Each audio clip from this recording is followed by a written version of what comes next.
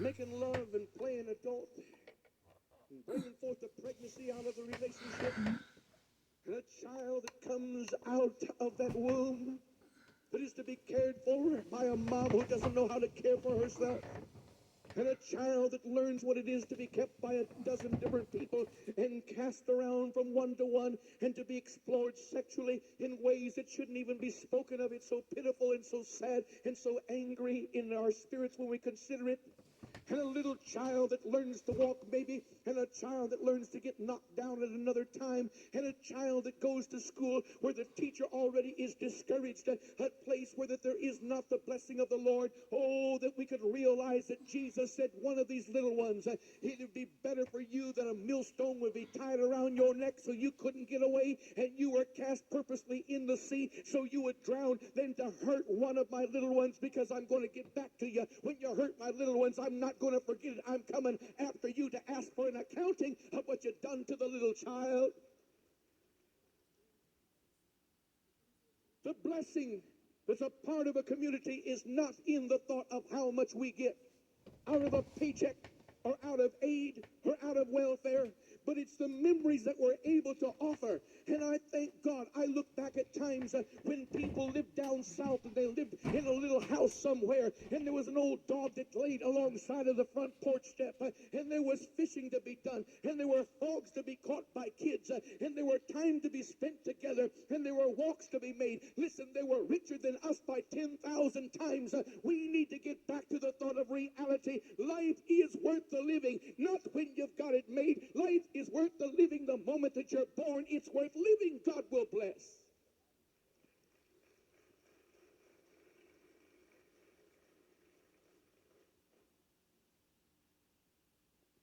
I remember thinking that South was such a poor place. I don't know if you've ever been down to Georgia. It's almost a haunted journey at night when the moss hangs from the trees. You go through a lonely stretch of mile after mile of road and nobody's there. You never felt so alone in your life, and it feels almost creepy with the moss hanging down and the shadows that cast by all that's around about you. And you look and you find some houses that look all battered and beat up. You go some other places, they look a little better, and you just think, well, I'm sure glad I don't live south. People get a job, and it seems like $75 a week sounds like a wage to some people down there, 100, and you wonder how in the world they survive. You think, I got to get back to Detroit, I got to make some money.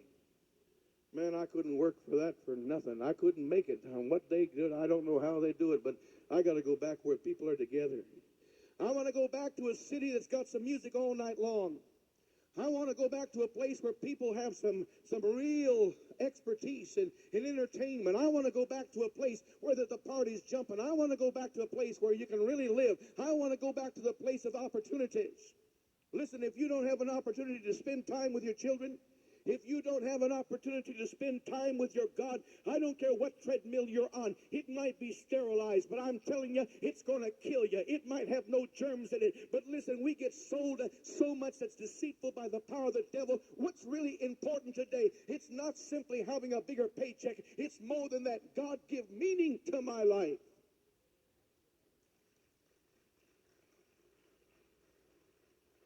And if my life in the equation doesn't have the way to reproduce and bring forth offspring that can say it's good to be alive, I'm not doing as good as I think I am. I'm not doing as well as I think I am. God is a God of reproduction. The most important thing in the whole equation is God working with our offspring, our children. And we're living in a world that says that we're having 1.5 children. How can you have 1.5 children? I haven't figured that one out. But we need to realize that God is a God that says, with blessings I will bless thee. And we need to get back and say, thank God for kindergarten. Thank God for the crib. Thank God for the home. Thank God for women who can stay at home at times. Thank God there's nothing just a housewife. Praise God for people who are able to nurture another person. Thank God for that ministry.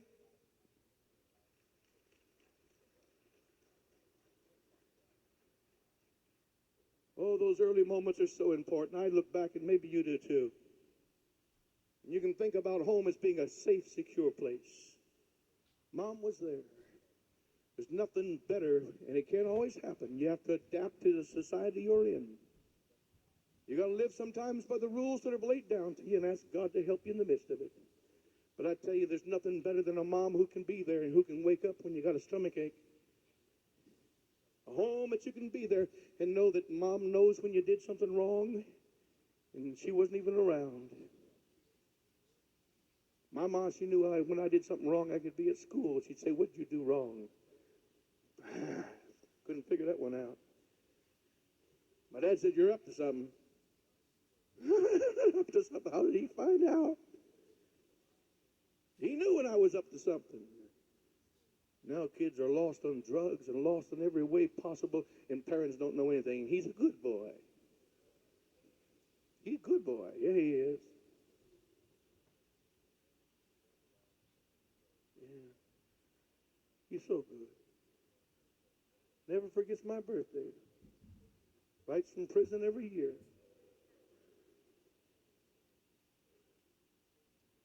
We need to learn something early. The early moments are important in our life. We go through the traumatic moment of wondering if walking is worth it. I can get hurt through this thing. I can get hurt through getting married. I can get hurt through having children. I can get hurt through giving. I can get hurt through going to church. But oh, hallelujah, I thank God for the privilege because it also can bless me and the hurt can go away. I want the blessing, Lord. Give me the blessing. I can't play it safe. If I play it safe, I'll never get out of the fetal position. I want to live, dear God. I don't want to be just nurtured. I want to develop. God, help me to grow. I can grow. Through God's grace, I can.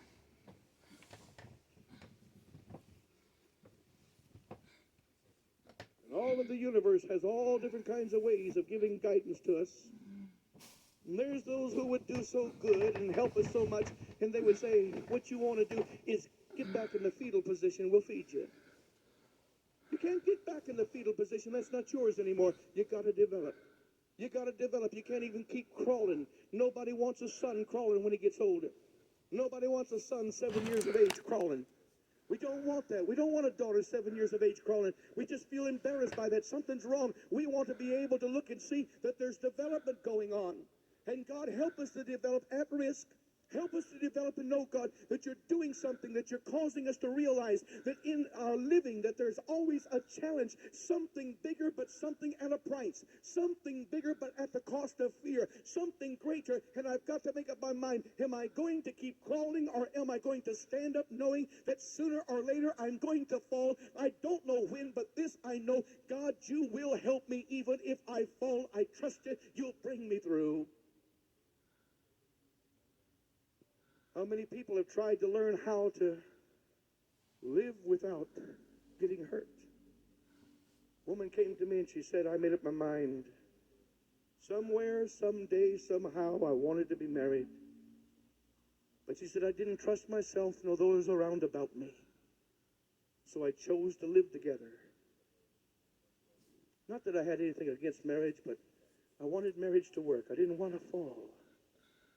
And she said, I lived with this man and another and another. Why? It was better crawling than walking and falling. But one day she met the Master. She met Jesus. Oh, the social workers already knew her. Child had been taken from her. The social workers already knew her. She was a number. And she was crawling. But in the midst of crawling, she touched the hem of his garment. She stood up and she got married, got her child back, went on serving God. Hallelujah.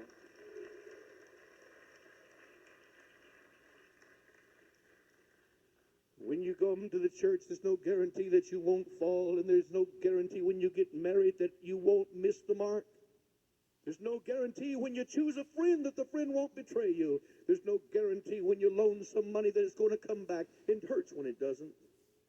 Oh, I hate when it's a sum that I give because I trust somebody and I know I'm not going to get it back. Finally, one day I realize, hey, they're not going to pay me back. I hate that. I hate it because I trusted the person. I hate it because I was used in the whole equation. I hate it because it just doesn't seem right. You shouldn't be rewarded that way for doing good. And I tell you that if you ever do good, somebody's going to do you bad. If you ever do kiting to somebody who's going to treat you bad, you got to make up your mind. I know it makes me look bad, but I'm going to go on. I'm going to go on. I'm going to go on, and I'm going to walk. If I fall, I'm going to go on. I got to walk. I can't keep crawling. I got to walk. Hired a man, it seems like a half a dozen times. It may not seem like that much. Every time he comes to me, his rent's behind. His wife is in trouble because of the pressure. And he wants a job, and I said, okay. Last time I hired him, 1 week and 1 day. Before he came back, he said, you know, I just want to stick with you and work and do all that I should.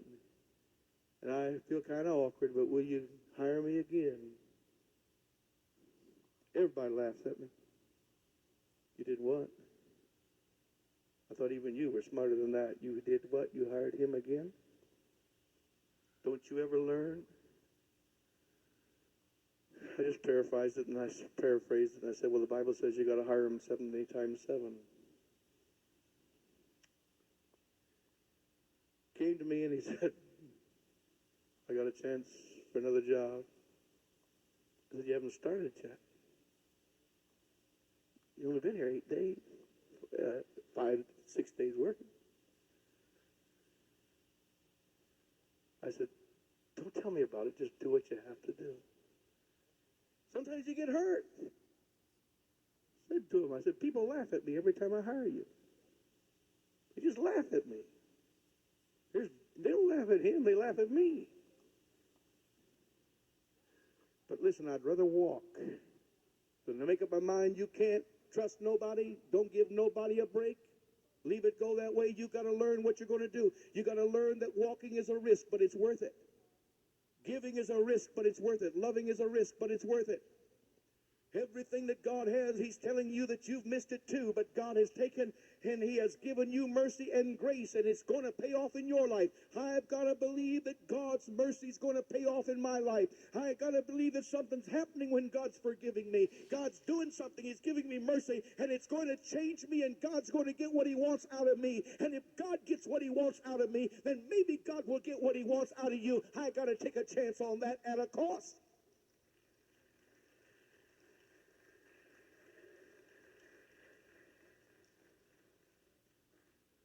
All that you need to learn, you'll learn at an early age if God's will is done. You learn that home is a safe place. You learn that your parents are somebody that you can honor and respect. You learn that they're big people that you can be proud of. I used to be proud of the worst things in some respects. I tell the kids, listen, my dad can beat me better than your dad can beat you. Kid said, yeah. Said, you ought to see the strap that my dad uses. Said, it's that wide, it's that long, and I mean, he wails me. I looked at him lying and said, you're blessed. Said, you ever see those old rose bushes? They get real big and round with the big thorns on them. I said, that's what my dad uses when he kills me. No, our parents were always able to do something better than the next one.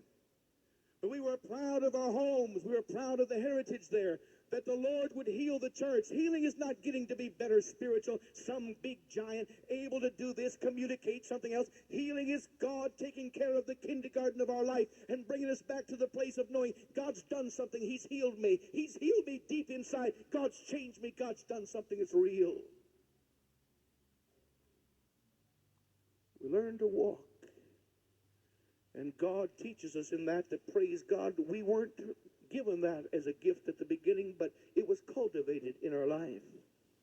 And you need to get some victories in your life. Some people just run from failure to failure. You can't do that. You got to get some victories. What's probably the second victory you got? You got potty trained.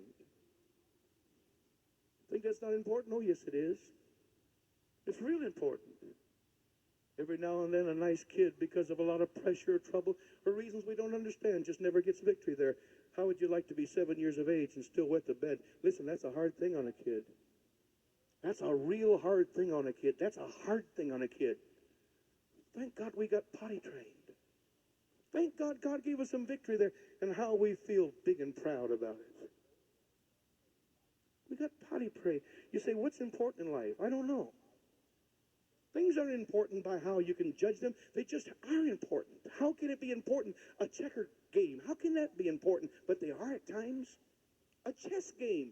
How is that important? They are at times. A basketball game. How are they important? I don't know, but they are. Things are important because they have to do with winning and losing. And we were under the curse of sin, and we were losers. All were losers, except Christ came, and Jesus has set us free from the power to lose. He's given us the power to win. He's a healing God that brings us out of the loser's column and puts us over into the place where we can know some way, somehow, God's bringing me through. God has given me time. He bought me time at Calvary to become a saint. He bought me time at Calvary to become victorious. The pressure's been taken off. Make no mistake about it, God's bringing many sons and daughters to glory. Make no mistake about it, He's going to make us a people that people can look at and see that we've been with Jesus. That we don't just get an excuse, but God has given us a deliverance. And praise God, God is changing our lives. God is rearranging our lives. And all of life has to do with winning and losing. The power to do it or the power to fail in it. It's a part of living. This is all a part of life, and it starts when we're just babies. We find ourselves making mom and dad proud. You know what he did? He went to the bathroom all by himself. Big deal. Yes, it is. Yes, it is. Yes, it is. Yes, it is. And then we begin to go through life, we find that we got something that's all ours, and somebody comes over, and friends, we're told we got to share that. It becomes a moral thing. We got to share that. Why? I don't want to share it. But it's the right thing to do. You got to share your car, and you got to share your doll, and you got to share. You got to share. You got to share. You got to do it. You got to share. And you can't bite, and you can't hit. And I know that you're hurting. I know that you're mad, but you can't bite, you can't hit. That's a part of life. And you learn as you grow that the possibility of falling and failing becomes more and more important to you. But you begin to realize, thank God, God can bring me through. God can bring me through, and I can want to please the Father. I can want to please my parents. I can want to be right. God help us to raise our kids. We're not raising our children any longer. We're too tired. We're too busy. We're just too much missing the mark. When you look and see a city like this city, what are we looking at? We're looking at the judgment of God. And what are we seeing? God is saying, you neglected the kids. Now reap the kids knocking down your back door. You've neglected the kids. Now reap the destruction that's happening in your schools. You've neglected the kids. Now look and see the harvest. You thought something else was important, but you missed the whole mark. The most important things are the things that happen first. The things that happen first. Those first happenings, thank God for those first happenings, that God makes them real and makes them wonderful, and that God doesn't just say to us, forget that, that's not important. Come on over here and I'll give you something else that you like, something else that's important. How many people are trying to skip all of life and move over into religion? I want to say to you today that if you don't make it in kindergarten, you need God to help you. If you don't make it out of the cradle, you need God to help. If you've had a problem in life, you're not going to find that God says, forget that. I'm going to tell you what's really important. You just come over here and we'll go on from here. You got to draw from all that's a part of living. You got to understand through the whole thing. And if you're missing a father, then you need God to be more than a father to you. You can't just go on. If you're missing a mother, then you need God to do something in your life to make up for it. To make up for it. He's a miracle God. He can make up for what you need. But in the sense of reality, you need a mom. You need a dad. You need brothers. You need sisters. You can't just say, forget that. I'm going on and serve the Lord. I've seen people who just blew it in their home. Their dad has no use for them. Their mom looks at them with broken heart. They borrowed from their brothers and sisters and left.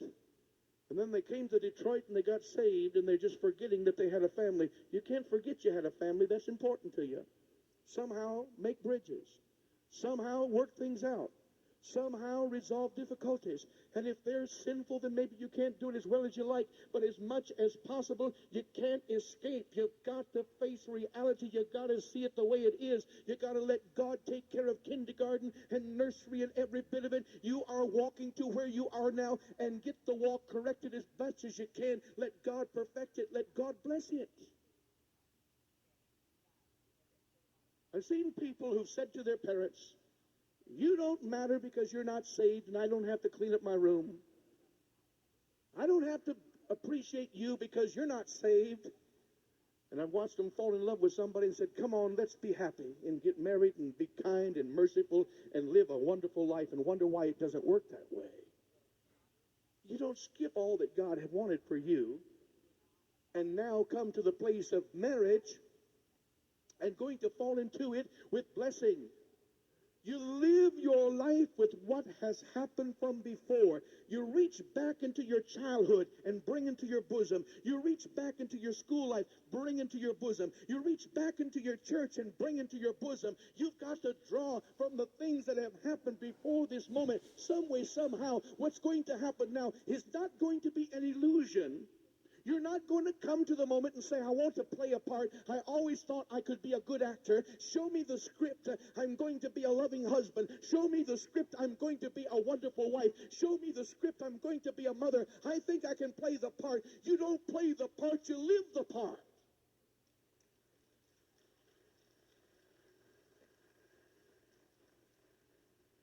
And so many people think you can drop into marriage. You don't drop into marriage. You grow up into marriage. You grow up into marriage. You grow up into marriage, and you draw from everything that God's let happen to you down through the line. And you pray and you cry out, "Oh God, some way, somehow, give me kids who don't have to go through the mistakes that I've gone through, the hurts that I've gone through, the heartache that I've gone through, the time of being exploited like I've been. God, give my kids a break." And we're living in an hour when there are no breaks. The streets are a wicked place. The church isn't much better for many cases. You look in the school system, it's filled with such danger. And you look around about it, you cry, "God, how can I bring a child into victory in this environment?" By God's grace, it still can be done, but you better learn how to pray.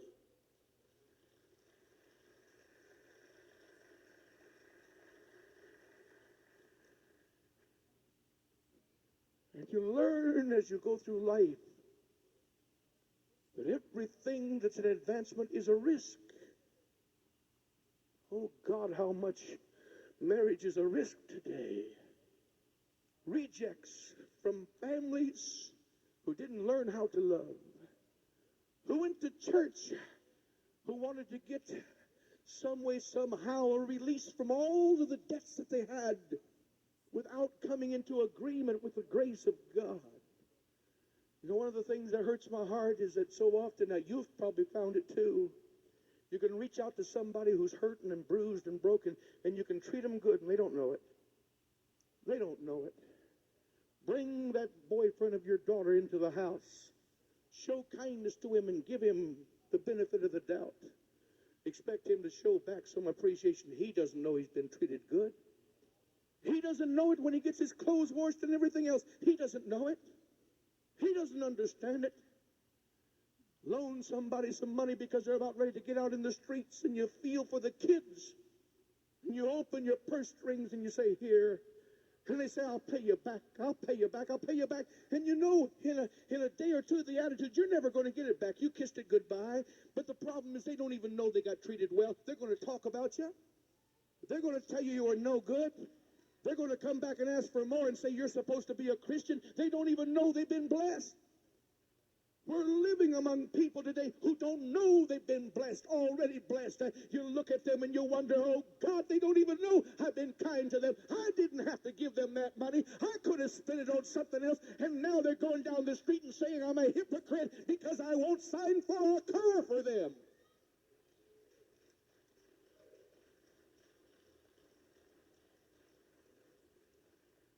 Except the Lord builds the house, they that labor in vain. We need a miracle and we need a revival, but preachers don't know what a revival is. We got to learn how to get potty trained again. We got to learn how to walk again. We got to learn how to share again. We got to learn how to quit biting again. We have to learn a whole lot of things that are pretty simple. God help us. We're forgetting the snakes in our lives and want to get on to the angels.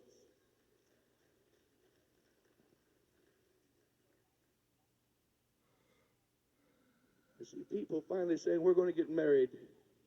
Can't stand that no good mother of mine. Let's get married. I'm sick of living here. She wanted $5 a week for me staying here. Let's get married and save the money.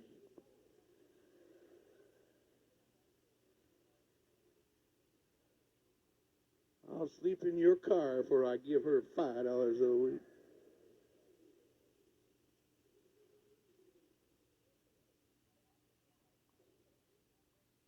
Big people who haven't ever grown up because they never got out of kindergarten. We all want to blame somebody else, and I suppose that because our whole life has to do with people, there's somebody else to blame, but sooner or later you got to realize, I got to take charge, and I got to take over in this moment, and it's not the preacher, not the deacon, not the government, it's me, God. I'm standing in need of prayer. I need your help right now.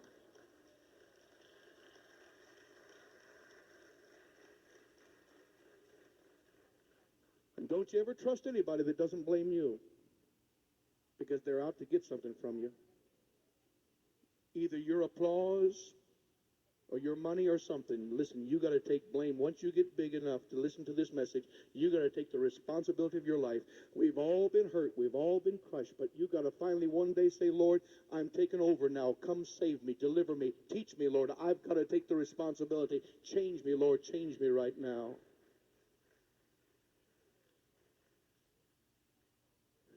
Never trust preachers who promise to lead you out of the prison, out of the land of bondage.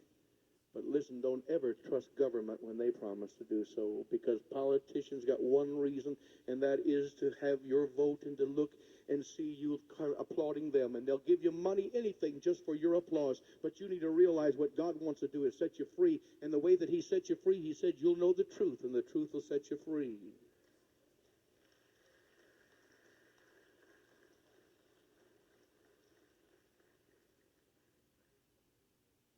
Once you begin to develop, you're going to learn that falling is a risk. Falling will always be a risk. Whenever you learn to walk, you can fall. And nobody can teach you how not to fall. That's something that nobody can teach you. But remember, you didn't want to fall when you were a child. And you got to learn not to want to fall. Some people, they act like they don't care whether they fall or not. A man said to me, a young man said, I knew him for years, watched him grow up, married him. I married him, and they were telling me that the mama of the daughter was no good, and that people were all talking about him. When people talk that way, I know they got problems themselves. Because if you're meant for each other, you don't worry about mama or daddy. You pray for mom and dad. And when people start talking, you listen and you just say, Lord, help us to be right and prove them wrong somewhere along the line. But when you start saying, these people are against us and that person's against us, you got a problem. Believe me, mark it, you can take it to the bank, you got a problem. When you start blaming everybody else for your unhappiness, guess who's in trouble? You're in trouble.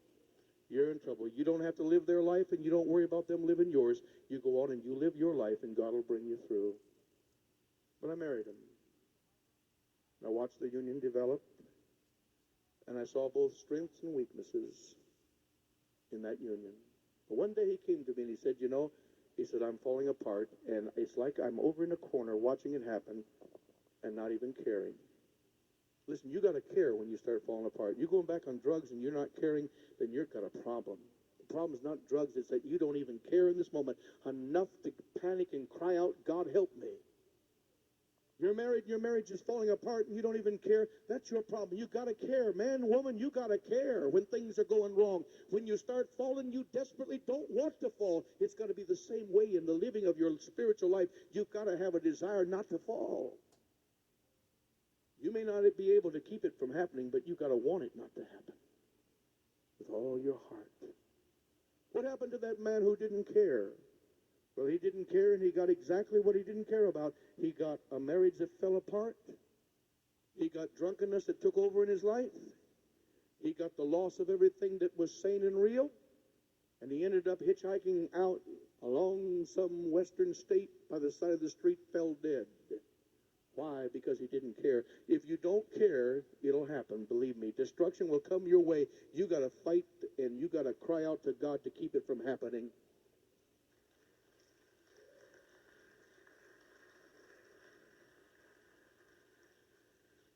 Because everything that's important to you today is cultivated today. It didn't come by accident.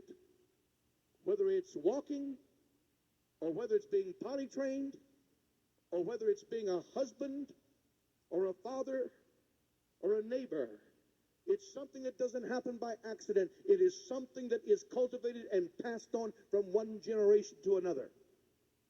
It's passed on from one generation to another. And oh, God help us, because there's an awful lot of gaps in our generations today. We need the church to be a praying church, not just with a better program. We need to pray about basic essentials. There's people today that are being raised who don't know what a father ought to be, don't know what a mother ought to be, don't know what a citizen ought to be, don't know what a Christian ought to be. We only know they sound real good. They sound real good. Went out with him last night, and did he sound good? Sweetie, what do you want? Here, let me open that door for you. Sit down, you pretty thing. Sounded what we wanted. But he's gone through a dozen relationships, and 4 women are looking for him, and he hasn't paid the bill. He's borrowing some more. He's not good. He will never be good. Why? Because he's a sick man that needs a doctor, and he won't go see the doctor.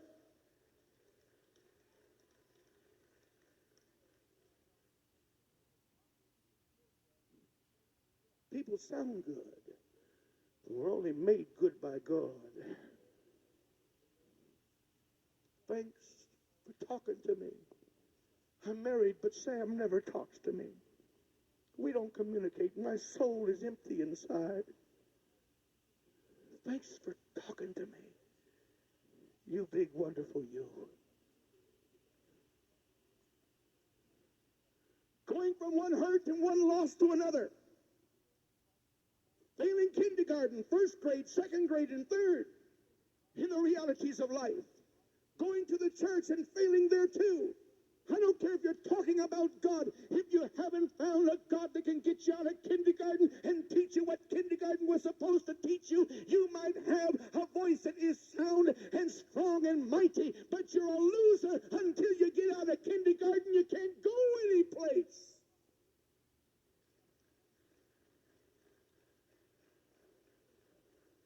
You got to learn to clean up your own mess. There's nobody else here to clean up our mess. We don't leave it for the janitor. This room has to be clean before we leave it. Now clean up your mess. We pasted and we colored and we painted. We did everything else, but there's nobody else here to clean up our mess. I would to God that we'd learn that lesson. We get out of kindergarten, we never learned it. We're waiting for government to clean up our mess. We're waiting for the church to clean up our mess. We're waiting for a lie to clean up our mess, but you got to clean it up yourself. There's nobody else here. We don't leave here till we clean the mess up.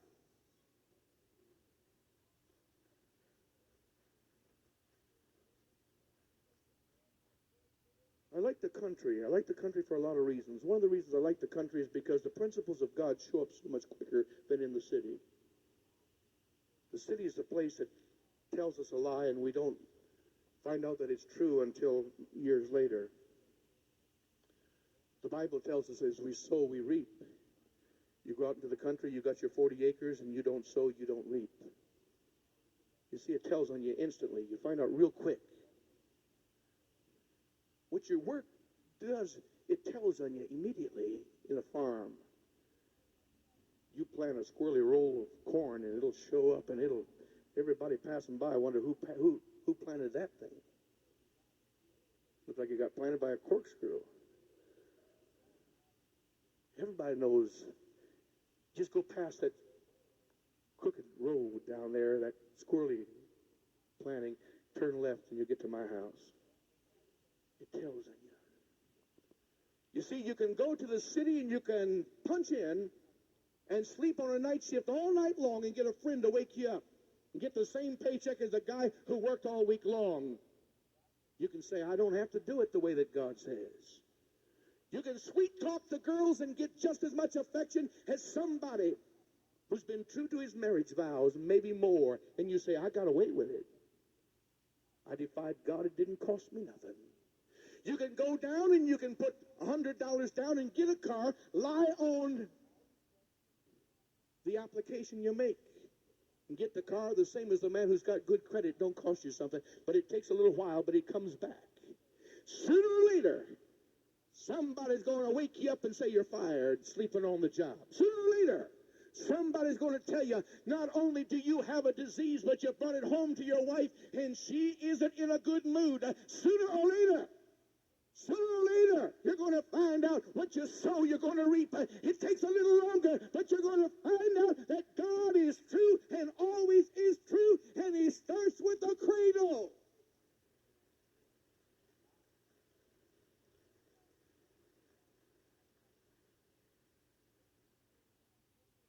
When you get to the place that you don't want to fall, God will keep you from falling.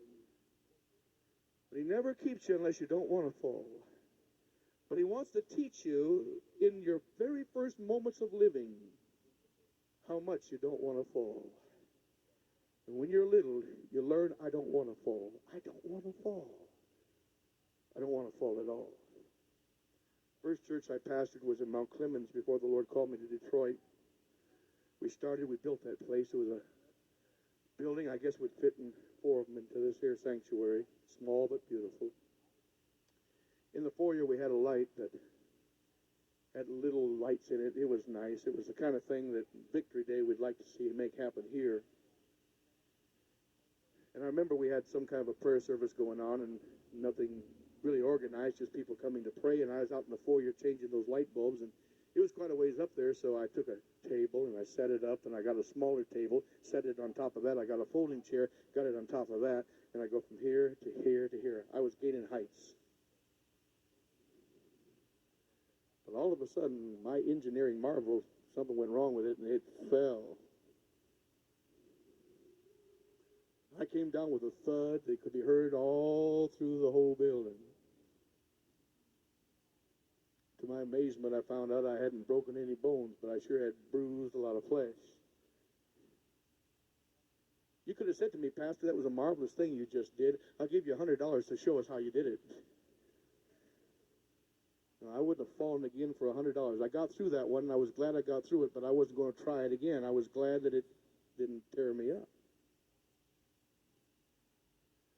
When God works in your life, you may get through a whole lot that he gives you mercy, but you don't want to play games. I hear people wanting to go back. A man said to me, I got a girlfriend, and she said that she wanted to go back, and she wanted to witness to the drug dealers.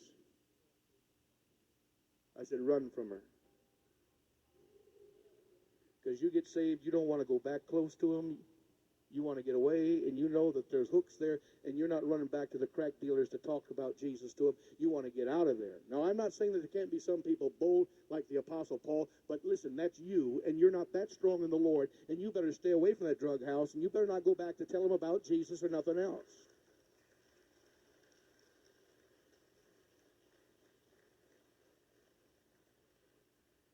You married and you've had an affair and you got out of it. You don't go back to see how she's doing. You stay away.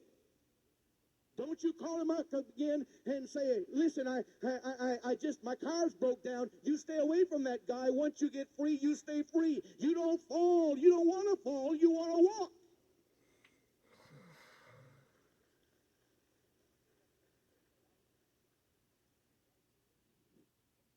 Some people don't care whether they fall or not. Listen, you got to learn, God, I don't want to fall. I don't want to fall. God's surprises come sometime, and I've done some things that I wish I hadn't, but God, I don't want to fall. I want to stand, God. I want to be victorious. I want the Spirit of the Lord to be in my life. I want to be a witness and a testimony. I want to find out what life is about. God, I want some victories. I want some victories. Listen, if you don't get some victories now, when the opportunity comes, you're not going to be ready for it. You say, what do you mean, preacher? And sorry for keeping you so long today, but I feel God in this service.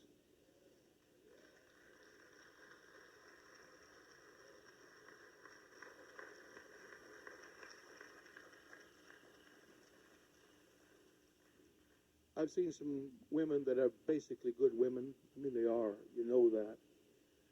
But they've just been used by every guy who comes along, or at least enough of them that their reputation's gotten that way. Finally, some guy comes along that's special. You used up your bonus points. He's not going to want you. His wife, when his mother and friends tell him who all you've been with, he's just going to say, I can't take the chance. Really can't take the chance. You see, when you don't get the victories coming along, when the prize comes, you're not going to cash in on it. It's not going to be there for you. I don't mean that in a bad way, but I'm just telling you the facts of life, that if you don't win all the way, you're going to find that when you want to win, that it's not there for you. You got to win here and here and here and here, and then God gives you the chance. So every time that they put on the television set the thing that dices and chops and cuts and does everything and mends nylons and everything else, and you go out and buy everything there is to buy. And the jewelry store said, we've upped your credit. Now you can come down and show her how you really appreciate her with one that's much bigger than the one we sold you last year. When you haven't learned responsibility all along the line, when the opportunity for the house to be bought, you're going to find that you can't buy it because you just haven't learned to walk. Every time that you learn something and you grow, it makes you ready to be graduated to another time, another place of blessing. A lot of us, we just haven't built any victories. When the opportunity for victory to come, we're not prepared for it. We can't take advantage of it. And victory demands sacrifice. I mean, it demands real sacrifice. Many of you know that I've got a real burden for the practical living, and that's why I'm involved in the areas of business. I felt the Lord call me to this, the same as God called Moses to the call of his life. And it's not a selfish thing. The easiest thing in my life would be just to be a good pastor here and act like a preacher and just sit around waiting for another message for Sunday. That'd be the real way to live, not the way that I do. And I'm not saying that my life is perfect. I'm sure God has got better plans for me than what my week demands in many ways. But I believe that business is a part of living. I believe it's a part of life, and I'd like to see God's people learning how to be victorious in business as well as victorious in some other things. This last week, as I've been involved in learning about life, a part of it, a slice of it, in activity in the trucking industry, had a call. First of all, I had sold 3 trucks to another man who didn't do as well as he thought, and so he owed me, and he gave me one back, and still owed me, and he gave me a van that he had for servicing trucks out on the road that break down, and tractors and trailers and such. And in the process of the thing, we put it to work, and it turned out to be profitable. And he gave me a call and said he had a call that came to him, and it was unusual. He wasn't the kind of man who would pass things on like that. I didn't expect. And he said, I want you to know about these people, that it's an open door for you. And so we walked into a place that had gotten mad with somebody else because of that they hadn't served them as they wanted. And basically a $250,000 contract, potentially, a year. And we weren't ready for it. We just didn't have the foundation. The only thing that we had was the fact that I had victories from before. I'd learned to work all night. I'd learned to be disciplined. I'd learned to be honest. I'd learned in different ways. I had integrity and success in other areas. See, you've got to build. Some people are praying for God to bless you. If you haven't learned through the hard places, when he blesses you, you can't cash in. You can't apply. So we walked in. And we accepted the challenge. We didn't. Every time we had to do a repair, we had to run out and get bolts and nuts and parts and everything else. We didn't have no supply, had no stock, had nothing. But we'd learned because we had won before and been victorious before. One of the biggest hurdles they gave us, they said, we don't pay for 45 days. I said, you don't pay for 45 days? That is 6 weeks and a half. But you give nothing? That's for wages and parts and everything that you have to exist 6.5 weeks. That is about an eighth of a year. That was no small thing. Said, can you accept that? Said, I can accept whatever has to be, but I can't enjoy that. What do you do when you're broke, when you don't have any money? What do you do when you don't have any resources? What do you do in a situation like that? You draw from the victories you've already had. I prayed about it. Saying no was not what should be there. Saying yes was foolish. We'd said yes. The Lord reminded me that back some months ago we had gotten a loan approved on a truck as collateral for something that we had changed our mind and hadn't used it. So I called the banker and I said, months ago, the loan was approved. Is that still in force? Is it still applicable? He said, no. He said, we don't keep things like that after 30 days or so. We just throw them out. He said, we just don't keep those things on file. It just gets to be so many of those, and they said, hold on a minute. So he called and said, you know something? That's still there. Said, just drop down to any bank. Got our name on it. Don't even have to come to this way. Just walk in and tell them you're George Bogle, and they'll run it up on the computer. It's there. You see, God will have a victory for you if you're a friend of victories. He'll have a blessing for you if you're a friend of blessing.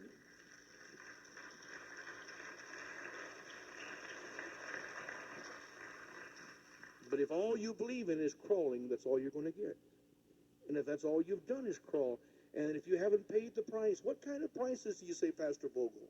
You see, a lot of people don't know how victories come. They come hard. I think there was 3 nights that I didn't even get home this last week. Why? Because I believed it was an open door, and God has taught me how you get through open doors. You pay a price. You pay a price. They wanted something. They didn't want excuses. They didn't want to know that I'm a good guy, trying to do good things. That doesn't even come up. All they knew is, we got something we want done. Can you cut it? Prayer changes things.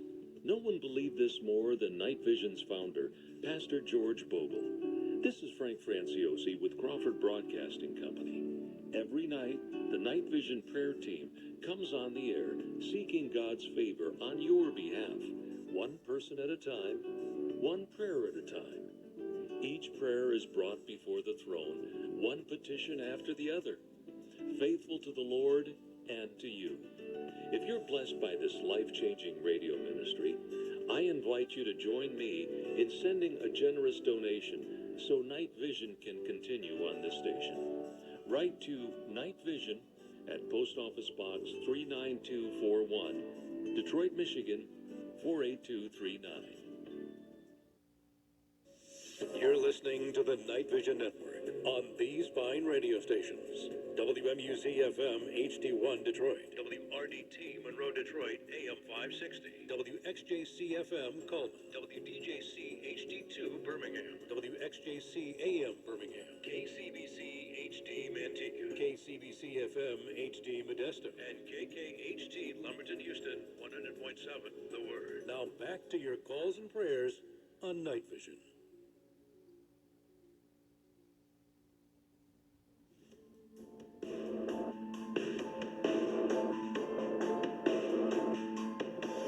God rest ye merry gentlemen, let nothing you dismay. Remember Christ our Savior was born on Christmas Day to save us all from Satan's power. When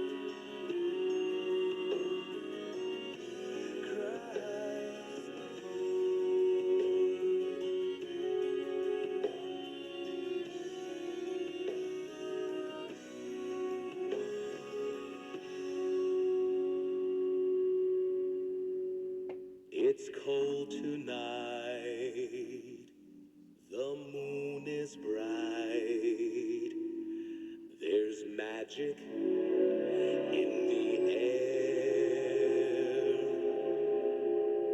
You can be sure around the world they're singing everywhere. Oh, chestnuts roasting on an open fire, Jack Frost nipping at your nose, Yuletide carols being sung by a choir, and folks dressed up like Eskimos. Everybody knows a turkey and some mistletoe help to make the season bright.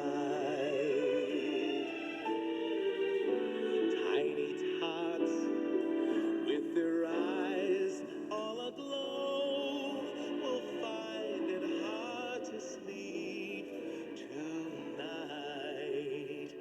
They know that Santa's on his way. He's loaded lots of toys and goodies on his sleigh. And every mother's child is gonna spy to see if reindeer really know how to fly. And so I'm offering this simple phrase to kids from 1 to 92. Although it's been said many times, many ways, Merry Christmas to you.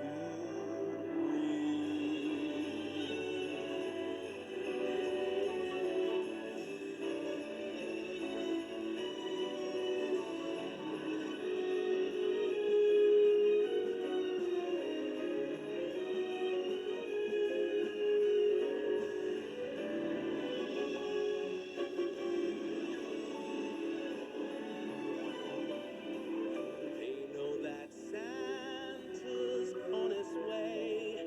He's loaded lots of toys and goodies on his sleigh.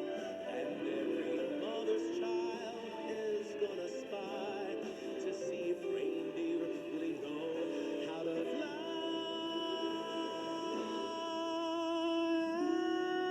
And so I'm offering this simple phrase to kids from 1 to 92. Although it's been said many times, many ways, Merry Christmas. Merry Christmas. Merry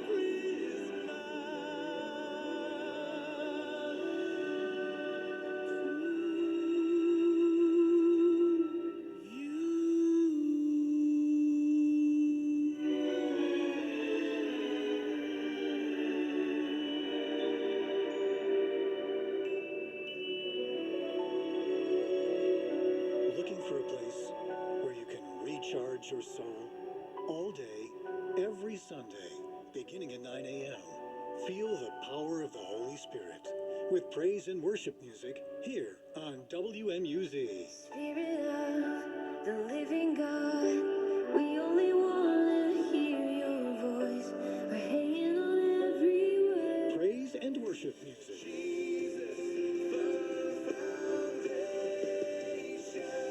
Praise and worship music all day, every Sunday here on WMUZ.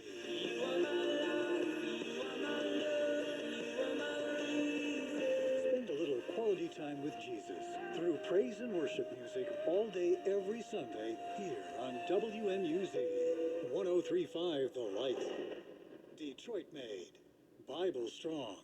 Proclaiming the Word of God, loud and clear. WMUZ 1035 The Light. Detroit made, Bible strong.